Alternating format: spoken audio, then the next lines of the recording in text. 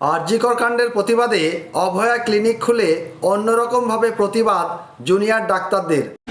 আমরা এখানে যে অভয়া ক্লিনিক খুলেছি সেখানে সমস্ত রকম ওপিডি পরিষেবা আউটডোর বেসিসে যেগুলো হয় হসপিটালে সেই পরিষেবাগুলো আমরা এখানে দেওয়ার ব্যবস্থা করছি।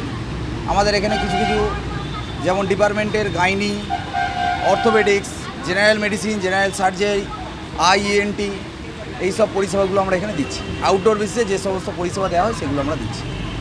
আরজিকর কাণ্ডের প্রতিবাদে রামপুরহাট মেডিকেল কলেজ ও হাসপাতালের জুনিয়র চিকিৎসকরা বীরভূমের রামপুরহাট শহরের ভারসালা মোড়ে অভয়া ক্লিনিক খুলে বিনামূল্যে চিকিৎসা প্রদান করেন। আজ আমরা এখানে রামপুরহাট মেডিকেল কলেজে জুনিয়র ডাক্তারদের তরফ থেকে অভয়া ক্লিনিকের দ্বিতীয় দিন আমরা এখানে আয়োজন করেছি। এখানে আমরা সকলকে বিনামূল্যে ওষুধ এবং যারা পথ চলতি অনেকের হয়তো হসপিটালে যাওয়ার সময় হয়ে ওঠে না তাদের আমরা পরিষেবা দিচ্ছি। আর এই পরিষেবা নেবার জন্য সাধারণ মানুষের উপচে পড়া ভিড় দেখা যায়। অন্যায় করেছে মেরে ডাক্তারকে।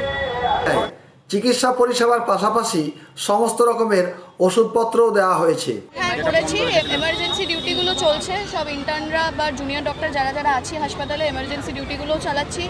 আবার সাইড বাই সাইড আমরা প্রোটেস্টও করছি, ক্লিনিকও করছি, অভয়া ক্লিনিক।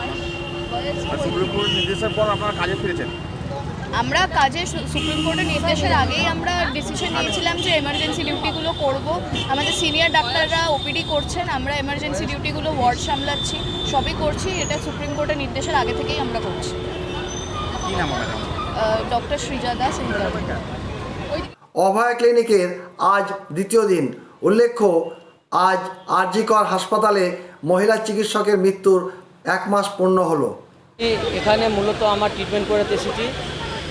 আর এই যে অভয়া ক্লিনিক, এই যে ডাক্তারবাবুরা যেটা অ্যারেঞ্জ করেছেন, এই জন্যে আমি ডাক্তারবাবু এবং সমস্ত মেডিকেল স্টাফ দিকে আমি সাধুবাদ জানাই।